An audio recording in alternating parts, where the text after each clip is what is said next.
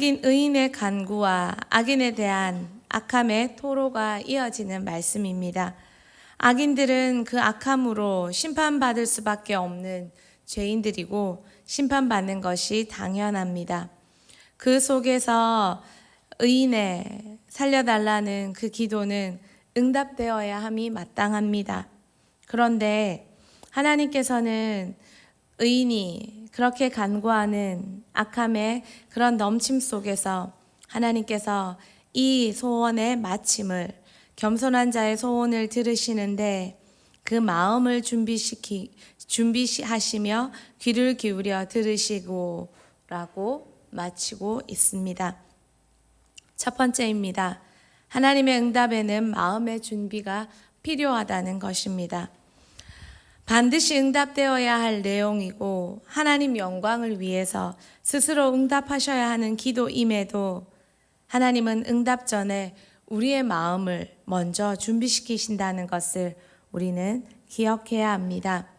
분명히 기도하는 것이 하나님 영광을 위해 맞고 또한 하나님께서 꼭 기뻐하시는 기도 제목임에도 불구하고 약속되어져 있는 기도 제목임에도 불구하고 하나님은 그것을 응답하시기 전에 우리의 마음을 먼저 준비하신다는 것입니다.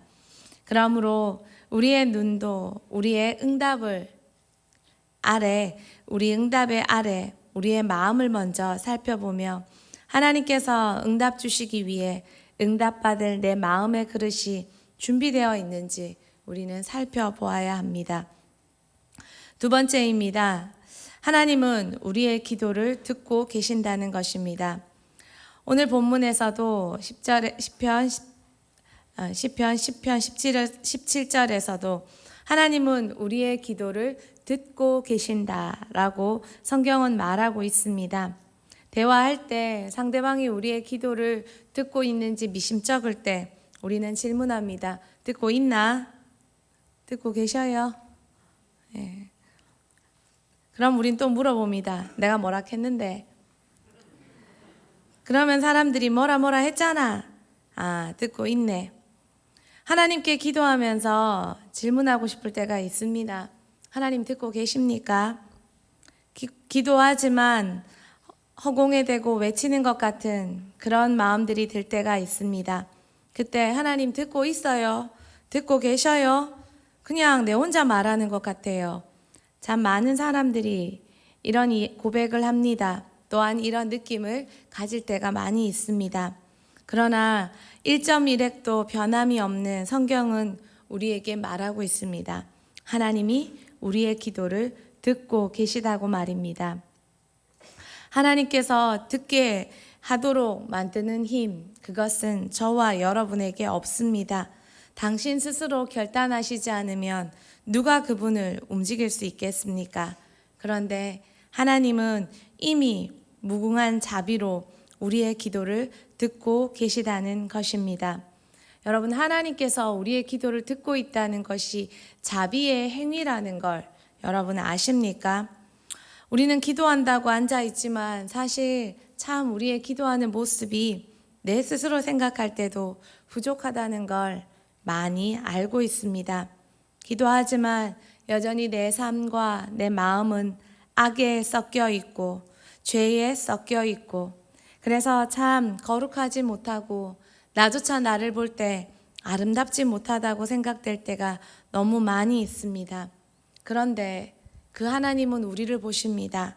그 하나님 보시기에 우리의 삶이 얼마나 거북하셨을까요? 기도하는 내 목소리가 얼마나 진정성이 부족하다는 것 하나님은 얼마나 잘 아셨을까요? 그런데 하나님은 예수 이름으로 앉아있는 말하고 있는 그 모든 우리의 기도에 응하고 계신다고 성경은 말합니다. 그분의 자비입니다. 하나님은 또한 자비롭게 우리의 기도에 듣고만 계시는 것이 아니라 그 들음이 응답의 결과로도 나타난다는 것입니다. 응답받은 사람들의 이야기를 우리는 간증이라고 말합니다. 응답의 이야기, 간증은 우리를 더욱 기도하도록 자극해 줍니다. 그래서 기도의 자리에 앉습니다. 그리고 더 열심히 기도합니다. 그럼 하나님은 더 열심히 당신의 자비로 우리의 기도를 들으십니다. 그리고 그 기도는 그분의 자비로 또 우리에게도 응답이 되어집니다. 그러면 또 나의 응답을 듣고 누군가는 또 자극을 받고 기도하게 됩니다. 그래? 그렇게 되었단 말이지. 이렇게 기도는 확산되어 갑니다. 선순환이 이어집니다. 하나님께서 기도를 일으키시고 기도의 선순환을 이어가시며 당신의 자비를 발동시키십니다. 기도하기에 합당한 자들은 없습니다. 기도의 응답을 받기에 적합한 자도 없습니다. 모든 것이 기도의 선순환을 일으키시며 기도조차도 기도하게 만드는 그분의 자비입니다. 여러분 이 자리에 앉아 계신 것 하나님의 자비인 걸 여러분 아십니까? 그분의 자비의 한켠에 우리가 그 자비의 한켠에 그 은혜로 이 자리에 앉아 있고 또한 이 자리를 지속해 가고 그래도 기도해 봐야지 라는 그 마음이 그분의 큰 자비라는 것, 그것을 여러분이 꼭 기억하시면 좋겠습니다. 오늘 본문의 간략 두 가지를 통해 몇 가지를 우리 삶에 적용해 보면 좋겠습니다. 적용입니다. 첫 번째, 우리는 우리 삶에 은혜가 필요하다는 걸 간절히 알아야 합니다. 우리는 우리 영혼의 은혜의 필요성에 대해 잘 알지 못합니다. 우리는 가만히 있으면 배고프다는 건 잘 압니다. 그리고 이거 갖고 싶네. 내 욕구에 대해서도 잘 알 수 있습니다.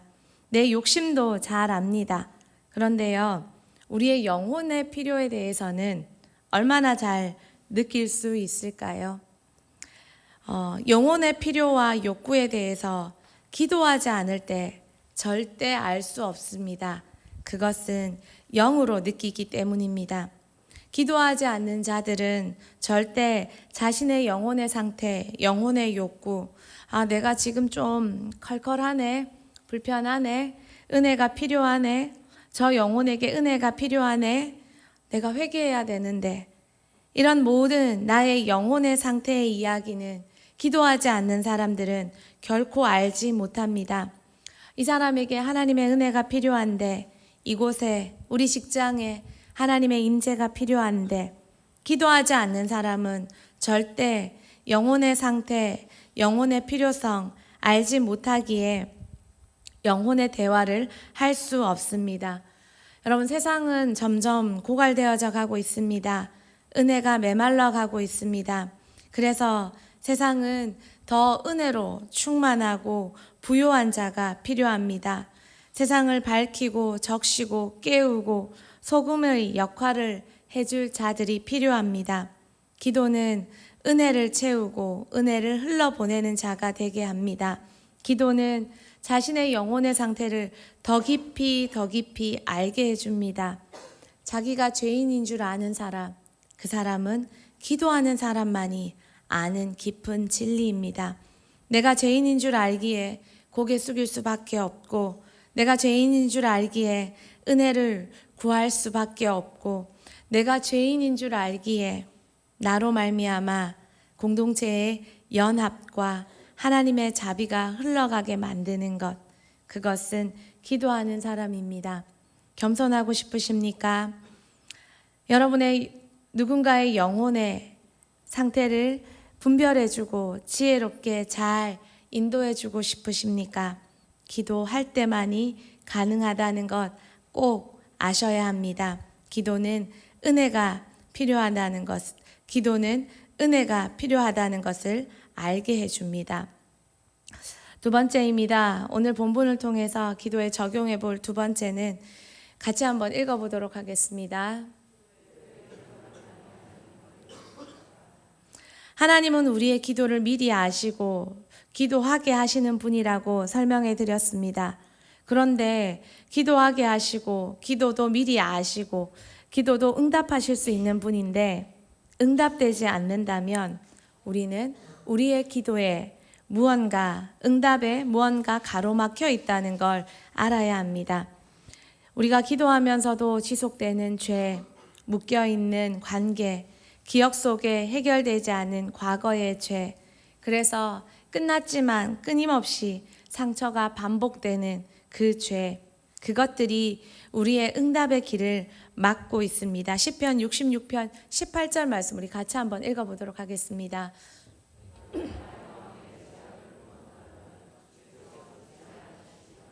은밀하게 숨어있는 죄는 기도를 막아섭니다.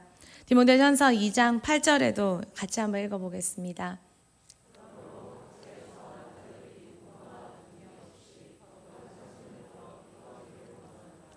남자들이 분노와 다툼이 아니라 거룩한 손을 들고 기도의 손이 되어야 한다고 성경은 말합니다.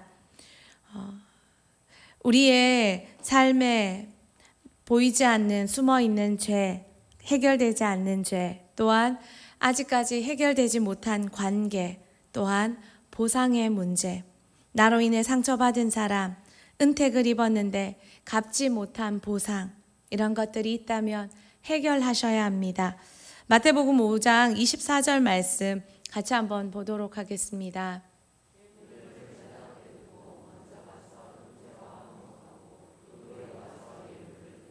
아멘. 기도는 응답되는 것이 당연합니다. 물론 응답의 시기는 하나님께서 정하시지만 응답은 당연한 결과입니다. 죄가 아닌 기도의 제목들은 말입니다. 그럼에도 불구하고 우리의 기도가 응답이 지연된다면 우리는 우리의 기도에 응답을 막아서고 있는 방해물이 있지 않은지 살펴보아야 합니다. 관계의 문제, 죄의 문제, 그리고 그것들이 기도 가운데 드러났다면 우리는 그것을 해결해야 합니다. 그것을 해결하고 그들과의 관계를 해결하고 선명하고 분명하게 자백하고 용서를 구해야 합니다. 얼렁뚱땅 말하는 것이 아니라 선명하고 분명하게 겸손하게 내가 무엇을 잘못했고 그로 인해 그들이 얼마나 많은 피해를 보았는지 우리는 고백해야 합니다. 또한 우리의 실수가 있었을 때에도 충분히 보상해야 합니다. 하늘에서 풀리기 위해 우리는 땅에서 묶인 것을 풀어야 합니다. 하나님의 임재를 찾고 하나님의 얼굴을 놓치기 위해 그분의 자비의 응답을 얻기 위해 충분한 보상과 해결을 우리의 막힌 곳에 해야 합니다. 그리고 이제 세 번째입니다. 우리 같이 한번 읽어보도록 하겠습니다. 여러분, 성경에서 예수님의 응답을 받아낸 환자들의 공통점이 무엇입니까? 끈질김입니다. 다윗의 자손 예수여 나를 불쌍히 여기소서 미치도록 소리쳤습니다. 제자들이 시끄러워 라고 말해도 미치도록 소리쳤습니다. 엘리가 술 취한 여자 취급해도 울며 기도했습니다. 나무가 사람들이 너무 커서 작은 키에 예수를 볼 수 없으면 나무 위로 올라갔습니다. 사람들이 너무 많아 그곳에 접근조차 하지 못하고 문도 못 열면 지붕으로 올라가 지붕을 뜯어버렸습니다. 포기하지 않는 끈질김이 그들의 기도에 응답을 가져왔습니다. 은혜가 필요한 줄 알고 방해물을 제거하고 이제 우리가 하나님 앞에 끈질기게 기도한다면 그 끈질긴 기도는 반드시 응답을 낳게 된다는 것입니다. 나는 방해물도 제거했는데 기도했는데 왜 안 되지? 조금 더 끈질기게 기도해 보십시오. 네 번째입니다. 같이 한번 읽겠습니다. 데살로니가전서 5장 17절 말씀 같이 한번 보도록 하겠습니다. 누가복음 18장 1절 말씀입니다.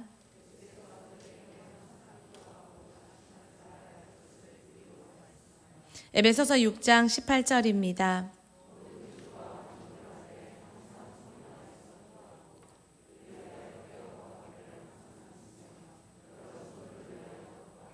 사람들이 질문합니다. 아무것도 하지 말고 그럼 24시간 기도만 해야 될까요?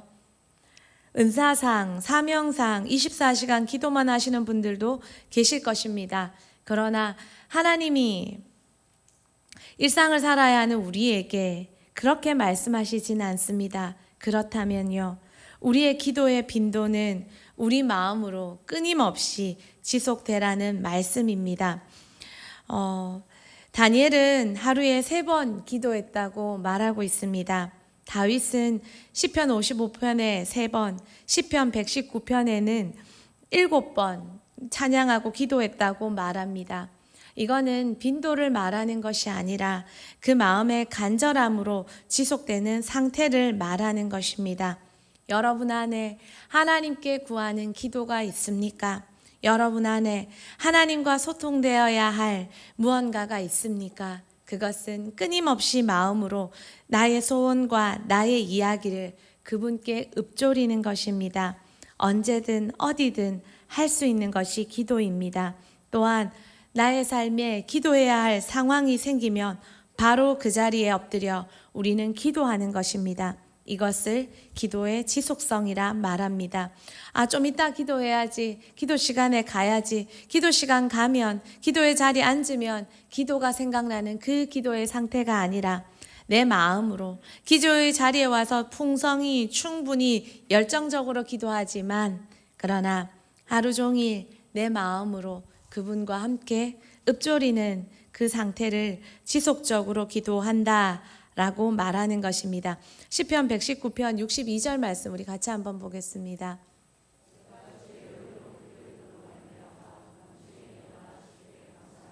시편 기자는 밤중에도 자다가도 기도할 것이 생각나면 벌떡 일어나 그분께 감사했다고 고백합니다.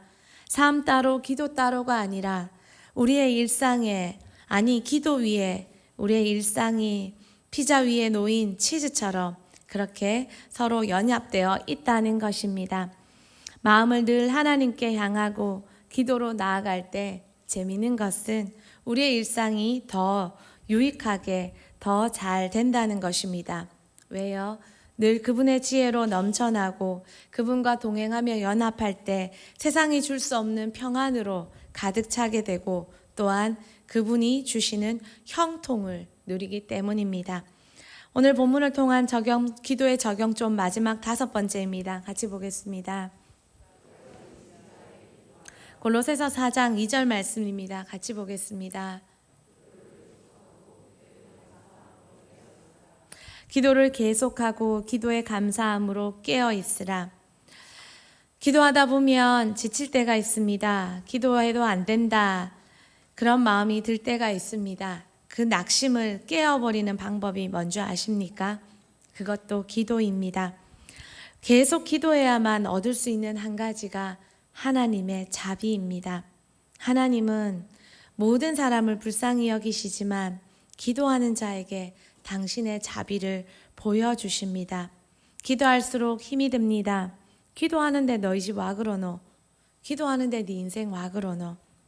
기도하는데 또한 내 안에서도 그런 생각이 듭니다.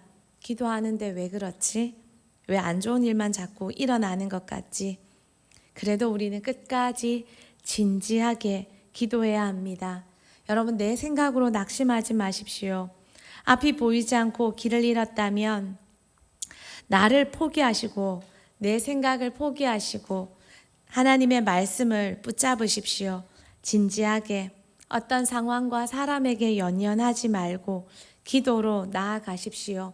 기도로 나아가다 보면 결국 저절로 해결되는 것을 우리는 경험하게 됩니다. 기도는 응답 이상의 것을 가져다 줍니다. 그것은 바로 하나님의 자비요, 하나님과의 관계요, 하나님 그분 자신입니다. 그분의 자비가 우리 안에 머물 때 우리는 우리 자신의 본연의 모습을 알게 됩니다. 그리고 하나님의 사랑이 얼마나 큰지, 그리고 내가 얼마나 교만해서 그것을 몰랐는지 알게 됩니다. 그분과 진정한 관계를 맺고 기쁨을 누리게 됩니다.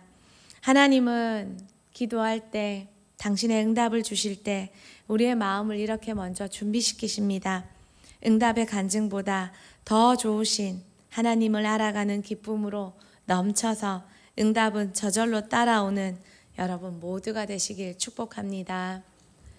두 번째